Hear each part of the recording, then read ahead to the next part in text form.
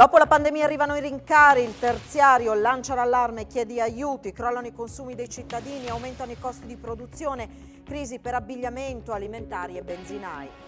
Nel giro di un anno si sono dimezzati i matrimoni, i giovani hanno scelto di rinviarli dopo la pandemia, numeri in calo in regione ma il settore è in ripresa e nasce l'iniziativa dell'abito nuziale riutilizzabile.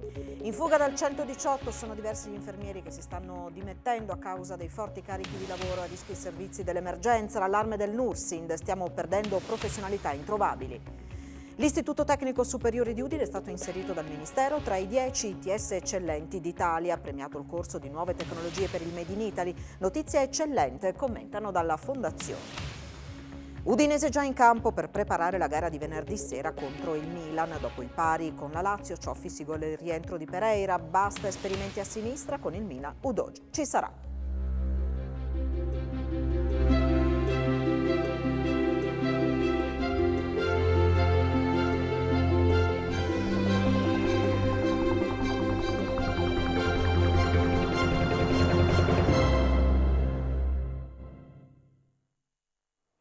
A tutti voi buonasera, bentrovati a questa edizione del telegiornale di Telefriuli. Dopo alcuni segnali incoraggianti, il terziario si ritrova nuovamente in crisi. Questo perché da un lato aumentano i costi delle materie prime, ci sono i rincari delle bollette, in alcuni casi scarseggia proprio la materia e poi crollano in alcuni casi i consumi da parte dei cittadini. Questa è la situazione che è stata descritta questa mattina a Udine, ma partiamo dalla moda e dai generi alimentari. Un gennaio all'insegna del calo dei consumi che nel settore dell'abbigliamento è stato del 20% rispetto allo stesso mese del 2020 e del 10% rispetto allo scorso anno. I saldi non sono stati la panacea per recuperare il tempo perduto e ora si affaccia un nuovo problema. Non c'è la materia prima per produrre, non riusciamo ad avere le consegne per tempo, quindi c'è una preoccupazione nuova, ma in settori inattesi come per esempio il mondo delle scarpe da uomo, da donna, alcuni accessori e l'abbigliamento e comunque quando si ottengono gli ordini già fatti magari un anno prima, oltre al ritardo nelle consegne c'è un aumento secco di un 10% sui prodotti. Nel settore degli alimentari la situazione è ancora più pesante, con un calo del 25% dei consumi rispetto al gennaio del 2020. Ci sono anche delle tensioni in aumento sui prezzi alla produzione che sicuramente finiranno poi anche sulle tavole e sulle tasche dei consumatori. Nei piccoli ma anche nella grande distribuzione. Per contro si registra un incremento delle compravendite di immobili, soprattutto nelle località turistiche. Entro la fine dell'anno potrebbe chiudere il 15% degli impianti di distribuzione di benzina in regione. A lanciare l'allarme il presidente nazionale della Figish Confcommercio, Bruno Bearzi, che auspica l'incremento degli sconti per i corregionali, ma soprattutto una riduzione degli oneri delle accise da parte del governo centrale. I gestori di impianti di distribuzione di benzina del Friuli Venezia Giulia versano in una crisi dalla quale sarà difficile uscire. A fronte di un calo di erogati sono quadruplicati i costi per l'energia elettrica e i margini di guadagno sono sempre più esigui. I gestori prendono circa 3 centesimi e mezzo al litro e non possono recuperare i maggiori oneri sul prezzo finale per una questione di contrattualistica. Evidentemente c'è il rischio concreto che molte aziende vadano in default finanziario. Ne risentiranno e ne stanno già risentendo, specialmente sulle attività che non hanno, come dire, attività complementari all'erogazione dei carburanti. È una situazione veramente drammatica e stimiamo che un 15% delle aziende potrebbero chiudere entro l'anno perché non ce la fanno a sostenere i costi. Si innesca una crisi anche profonda nei confronti dei consumatori. Per Bearzi le possibilità di recuperare i margini di guadagno sono sempre riconducibili a interventi da parte del governo a partire dalla riduzione delle accise. Temo purtroppo che le risorse che la Regione può mettere in campo non sarebbero sufficienti, anche lì senza un intervento centrale del governo che contribuisca a portare, diciamo, questa nuova scontistica sui carburanti. E questa è la situazione che è stata descritta dai vari referenti di categoria questa mattina a Udine, a Palazzo Belgrado, dove appunto è stato tracciato il quadro dello stato di salute del terziario. C'erano stati segnali positivi di ripresa la scorsa estate, ma ora è di nuovo crisi. Questa è la situazione che è stata rappresentata al presidente della Camera di Commercio di Pordenone Udine da Pozzo e all'assessore alle attività produttive Bini. Sentiamo come hanno commentato.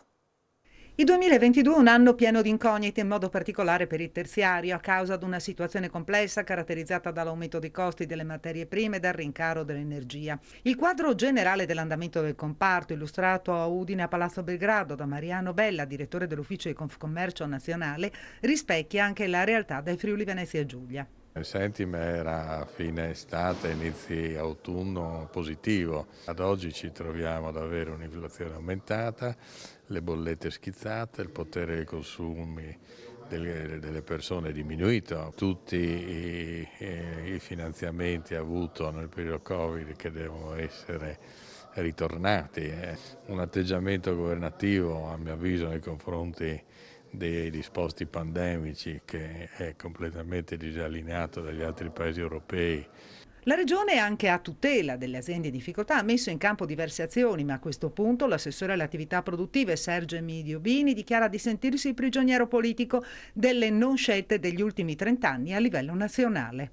Mi riferisco per esempio a un piano strategico energetico nazionale al fine di garantire, non dico l'autonomia, ma insomma una percentuale di autonomia sicuramente superiore rispetto all'attuale. Tradotto, oggi non dovremmo subire, come dire, politiche di prezzo dettate da altri paesi, ma probabilmente saremmo noi stessi protagonisti in tal senso. E poi c'è la pandemia con numeri che lasciano comunque ben sperare, a parte quello delle vittime che rimane ancora alto. Sono 13 quelle registrate nelle ultime 24 ore in Friuli Venezia Giulia, tra queste anche un uomo di 51 anni di Rivignano Teore ed un 55enne di Latisana, entrambi morti in ospedale. Tornano sotto la soglia della zona arancione i numeri delle terapie intensive delle aree mediche, ora rispettivamente con 17 e 323 pazienti ricoverati. Bassi anche i numeri dei nuovi contagi, ma a fronte comunque di un limitato numero di tamponi effettuati. 286 i nuovi positivi a fronte di 4.454 tra test molecolari e antigenici effettuati. In Slovenia la curva dei contagi in costante calo ha convinto il governo ad abolire gran parte delle restrizioni anti-Covid. A partire da oggi non è più richiesto di esibire sui luoghi di lavoro un certificato di avvenuta guarigione, vaccinazione o negatività al coronavirus, fatta eccezione per l'accesso all'assistenza sanitaria e sociale. Decade anche l'obbligo di autotestarsi per gli studenti, che però dovranno ancora indossare la mascherina, misura valida per tutti i luoghi pubblici al chiuso. Le attività di ristorazione e i locali notturni saranno accessibili senza limiti di capienza e anche i vincoli sugli orari d'apertura sono stati superati. Anche per queste attività rimangono in vigore le regole epidemiologiche generali. A partire da oggi inoltre anche i test antigenici saranno a pagamento, fatti salvi in casi in cui è richiesto alle categorie lavorative escluse dall'allentamento delle misure. Sono già una decina le dimissioni presentate da infermieri del 118 a Pordenone a causa degli eccessivi carichi di lavoro e dei mancati riconoscimenti. L'allarme del Nursind: stiamo perdendo professionalità introvabili, intervenga. Addio al posto fisso nella sanità pubblica è un passo sempre più frequente per gli infermieri, sotto stress da ormai 2 anni, che decidono di cambiare lavoro. A Pordenone il fenomeno sta riguardando anche il 118, servizio fondamentale per la gestione dell'emergenza, ben oltre il Covid. Dimissioni che si stanno susseguendo, come conferma il Nursind, il sindacato di categoria. È vero, ormai siamo arrivati quasi alla decina di persone che si sono dimesse. Siamo fortemente preoccupati perché sono specialità che non è così semplice sostituire. Spero che ci sia una politica aziendale di bloccare queste persone e di tenerle all'interno dell'azienda sanitaria. Alla base della decisione il forte periodo di stress, ma non solo. Sono stanchi, sono demotivati. Si facevano anche prima facevano magari 10 uscite in una notte, però si sentivano più valorizzati. E quindi preferiscono altre strade guardando verso il privato o verso anche la libera professione. Il vicepresidente della Regione, Riccardo Riccardi, questa mattina ha aperto i lavori del webinar Malattie rare in Friuli Venezia Giulia, la collaborazione tra reti europee e la rete regionale. Il talento, l'ingegno e le esperienze dei professionisti della sanità regionale che si occupano di malattie rare, ha detto Riccardi, permettono ogni giorno di abbattere muri, portando avanti l'esplorazione costante della ricerca in campi impervi e delicati nell'ambito delle 24 reti europee, ha concluso il vicepresidente. 3 sono italiane ed una fa riferimento all'azienda sanitaria universitaria Friuli Centrale. Secondo i dati diffusi dal direttore generale di ASUFC, Denis Caporale, nella nostra regione l'8% dei cittadini è affetto da malattie rare.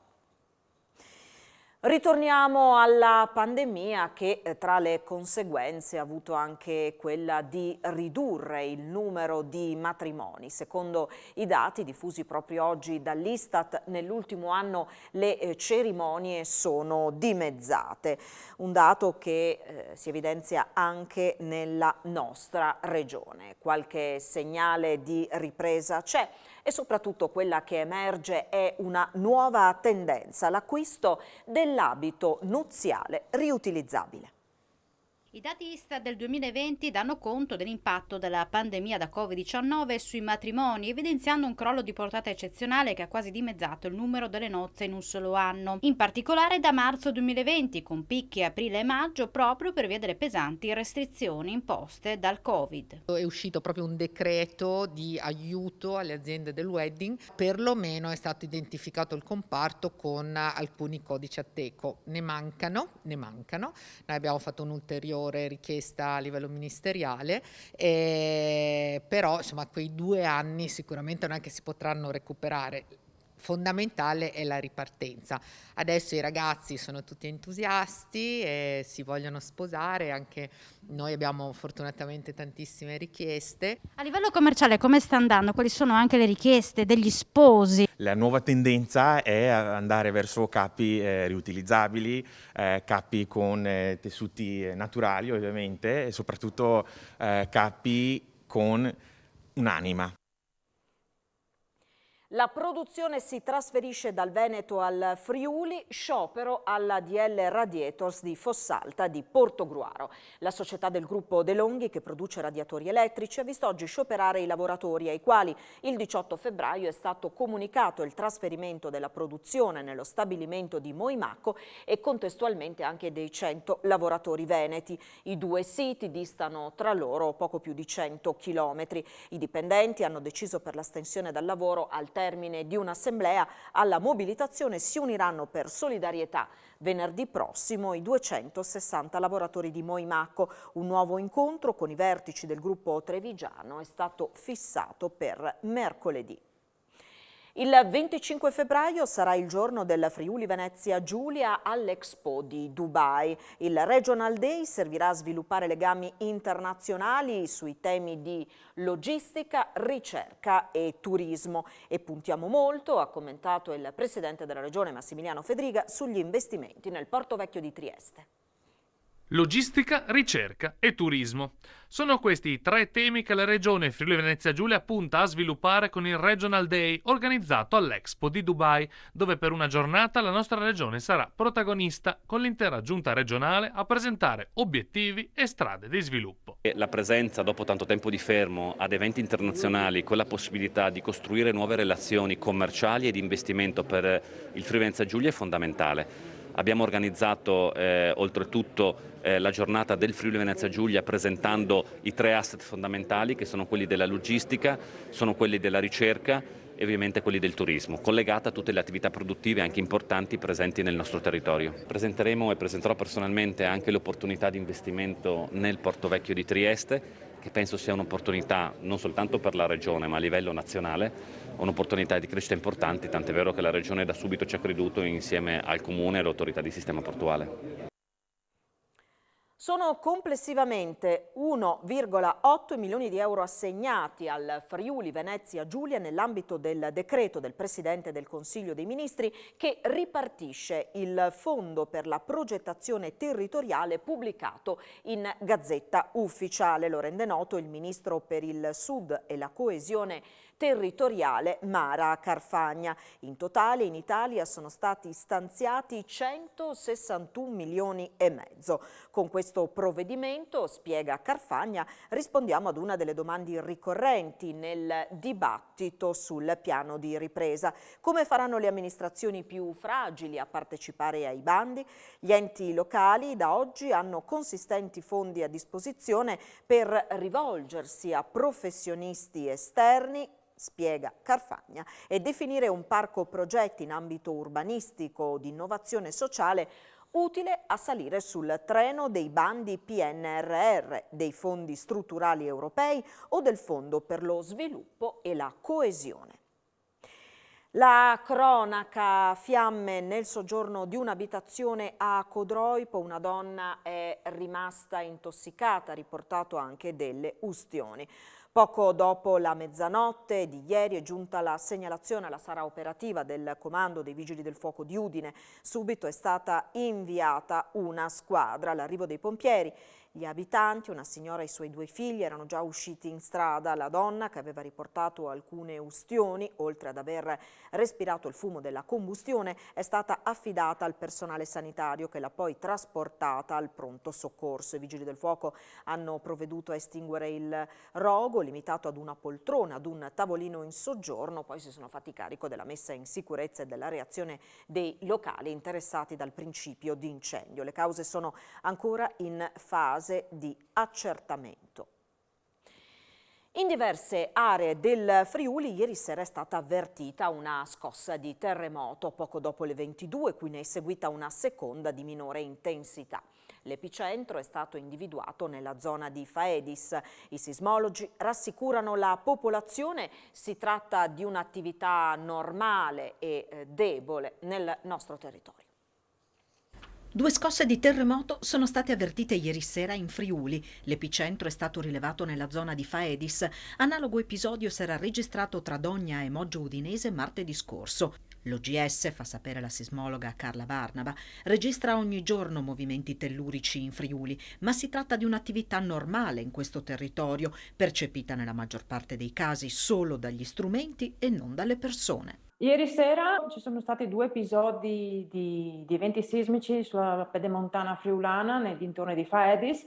La scossa principale è avvenuta alle 22:05 di magnitudo 2.6, seguita a breve distanza da una replica di magnitudo 1.3. Gli episodi si collocano in quella che è la sismicità di fondo del Friuli e l'OGS con la sua rete sismometrica ogni giorno registra terremoti di varia natura. Ovviamente gran parte di questi terremoti sono di carattere strumentale, quindi percepiti soltanto dagli strumenti, non dalla popolazione. Il terremoto di ieri sera, anche a Udine, le persone che vivono nei piani alti hanno avuto la chiara percezione di questi eventi, mentre le persone che vivono nelle case basse forse no. E questi terremoti sono terremoti di fondo, quindi classici per la sismicità friulana. E ricordiamo che proprio recentemente, la settimana scorsa, abbiamo avuto un altro terremoto interessante, chiaramente percepito dalla popolazione, avvenuto anche quello durante la notte il 15 febbraio. Quello invece era un terremoto di magnitudo 3.4, un terremoto decisamente più energetico di questo della sera scorsa. Un terremoto, perché faccia danni alle cose, deve avere un'intensità epicentrale, quindi scala Mercalli, del 6° grado. Quindi vuol dire che deve avere come minimo un 5. Da 5 Richter in su un terremoto può far danni. E quindi ovviamente questi terremoti, come ho detto, danno fastidio alle persone perché li percepiscono, però sono terremoti proprio piccolissimi. È entrato nel bagno di una scuola chiusa con una tunica nera ed un turbante bianco. Sorpreso, è stato denunciato. L'episodio si è verificato a Monfalcone, all'interno della scuola primaria Giacic. A segnalare la presenza alla polizia locale è stato un operatore ATA, accortosi della presenza dell'uomo che si stava lavando. All'arrivo degli agenti, il soggetto di nazionalità tedesca non ha dato motivazioni in merito alla sua presenza nella scuola. È stato denunciato per essere entrato arbitrariamente in un immobile pubblico senza autorizzazione. Un cacciatore di Lestizza è stato condannato dal Tribunale di Udine a 8 mesi di reclusione. Era accusato di aver maltrattato e ucciso diversi esemplari di volatili lasciati morire nelle reti da uccellagione da lui installate, anch'esse in violazione delle norme nazionali ed europee. La cattura degli uccelli con le reti, fa sapere la LAV, Lega Antivivisezione, è una pratica crudelissima vietata dal 1977 in tutta l'Unione Europea, che porta molto spesso alla morte di freddo e di stenti dei piccoli volatili che restano impigliati nelle reti praticamente invisibili. Un finanziamento specifico dedicato ai prodotti audiovisivi in lingua friulana. L'iniziativa è stata presentata oggi a Udine. Vediamo. Paolo Vidali, direttore del Fondo per l'Audiovisivo del Friuli Venezia Giulia. Oggi si presenta questo fondo aggiuntivo per l'audiovisivo. Chi può accedere? Possono accedere le imprese che hanno sede in regione e che appunto hanno intenzione di produrre un audiovisivo, un film, un documentario, un cortometraggio, un'animazione. È un fondo aggiuntivo perché il progetto deve superare in un qualche modo l'esame del comitato tecnico ed essere finanziato come qualsiasi altro progetto in italiano o anche in sloveno, in un'altra lingua. Il friulano viene considerato un valore aggiuntivo e quindi c'è un finanziamento ulteriore che quest'anno appunto è complessivamente di 50.000 euro. Il plafond quanto ammonta? Il plafond totale per il fondo audiovisivo 2022 è di 1.250.000 euro. Senta direttore, chi vuole accedere a questo fondo deve rivolgersi all'Arlef? No, deve rivolgersi al fondo audiovisivo perché appunto deve presentare una domanda come negli anni precedenti con gli stessi requisiti al fondo. Poi il comitato tecnico valuterà anche con l'aiuto dell'Arlef per quello che riguarda l'aspetto linguistico se il prodotto, che è appunto finanziato già attraverso i meccanismi del fondo, avrà anche diritto a questo fondo aggiuntivo. L'ITS Nuove Tecnologie per il Made in Italy di Udine è stato inserito dal MIUR tra i 10 istituti tecnici superiori eccellenti in Italia. Il Ministero dell'Università e della Ricerca ha caricato sul proprio portale web, nella parte dedicata al sistema ITS, materiale informativo che parla appunto di questi percorsi post-diploma che offrono una formazione tecnica altamente qualificata, pensata per favorire l'accesso al mondo del lavoro. A un anno dal termine del corso, fa sapere il MIUR, l'80% dei diplomati ITS lavora, il 90% lo fa in un percorso coerente con gli studi svolti. Numeri e percentuali peraltro che per quanto riguarda la struttura di Udine sono ancora più alti. In tutta Italia gli ITS sono 104, 4 dei quali in Friuli Venezia Giulia. Tracciando la mappa da nord a sud del bel paese, delle 10 eccellenze tra gli istituti tecnici superiori, il MIUR ha indicato al quinto posto l'ITS Nuove Tecnologie per il Made in Italy di Udine. Notizia eccellente, commentano dalla fondazione che gestisce l'ITS del capoluogo friulano. Che fosse uno straordinario scienziato è cosa nota, ma che Mauro Ferrari fosse in grado di entusiasmare il pubblico di un teatro, raccontando aneddoti della propria vita e della propria carriera ed esibendosi al sax come cantante blues, questo forse pochi l'avrebbero detto. È successo al Teatrone di Udine, dove ha presentato in anteprima il suo libro edito da Mondadori. C'era il pienone al Teatro Nuovo Giovanni da Udine per Musica e scrittura, titolo di evento speciale che il Comune di Udine e la Fondazione Teatro Nuovo hanno voluto dedicare a Mauro Ferrari, scienziato, artista, genio a tutto tondo e motivo di orgoglio per la città di Udine e del Liceo Stellini, dove ha mosso i primi passi da studente negli anni 70 prima di diventare a pieno titolo cittadino del mondo, affermandosi nella ricerca sulle nanotecnologie applicate alla cura dei tumori. Per l'accademico, ricercatore, imprenditore ma anche cantante e strumentista di sassofono, è stata l'occasione di presentare in anteprima Infinitamente piccolo, infinitamente grande, io, la nanomedicina e la vita intorno, ultimo suo libro in uscita per Mondadori il 22 febbraio. All'incontro introdotto dal sindaco Pietro Fontanini con Giannola Nonnino è seguita la prefazione del libro ad opera dell'autore con la musica, altra passione di Mauro Ferrari, noto anche per essere un valente sassofonista e cantante jazz, a fare da contrappunto alla narrazione con la Rhythm Blues Band di Cividale, con ospiti Mauro Costantini, virtuoso tastierista all'organo Hammond, e la cantante Barbara Enrico. Nel libro Mauro Ferrari si racconta a proprio modo la storia di scienziato e di uomo, per trasmettere sempre lo stesso pensiero. Bisogna amare la vita e lasciarsi vivere da lei. Il dolore, l'abbandono, la perdita sono comuni a tutti. Saperli gestire e trasformare in qualcosa di nuovo è il segreto di pochi e Mauro Ferrari è uno di questi. Appena trentenne ha visto morire di cancro l'amatissima moglie senza poterla salvare e da allora si è dedicato alla ricerca di una cura efficace contro la metastasi. Ha inventato la nanomedicina, un sistema per veicolare il farmaco direttamente nelle cellule malate, rivelatosi gigantesco passo avanti nella terapia dei tumori. La sua vicenda umana e quella scientifica si intrecciano nel libro, coinvolgendo il lettore in un'ardua ma affascinante maratona, alla fine della quale si renderà conto di aver imparato molto.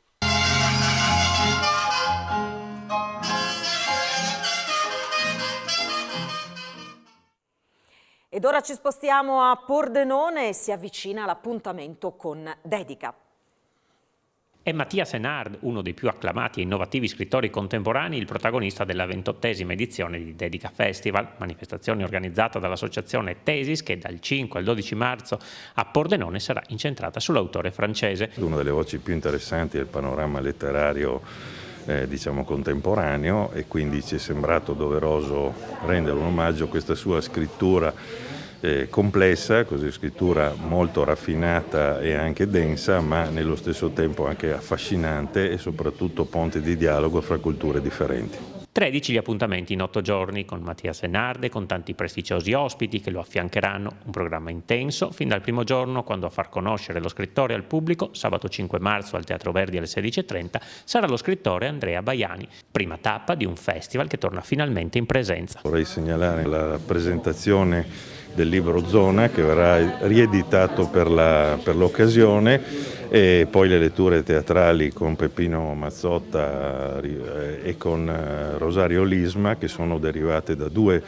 romanzi di Enard. L'uno è La perfezione del tiro e l'altro è L'alcol e la nostalgia. Sono coinvolte anche le scuole, come al solito c'è il progetto parallelo che comprende, diciamo, le scuole di ogni ordine e grado. Mercoledì 9 marzo all'ex convento di San Francesco all'autore sarà conferito il premio Crédit Agricole Friuladria, una vita per la scrittura.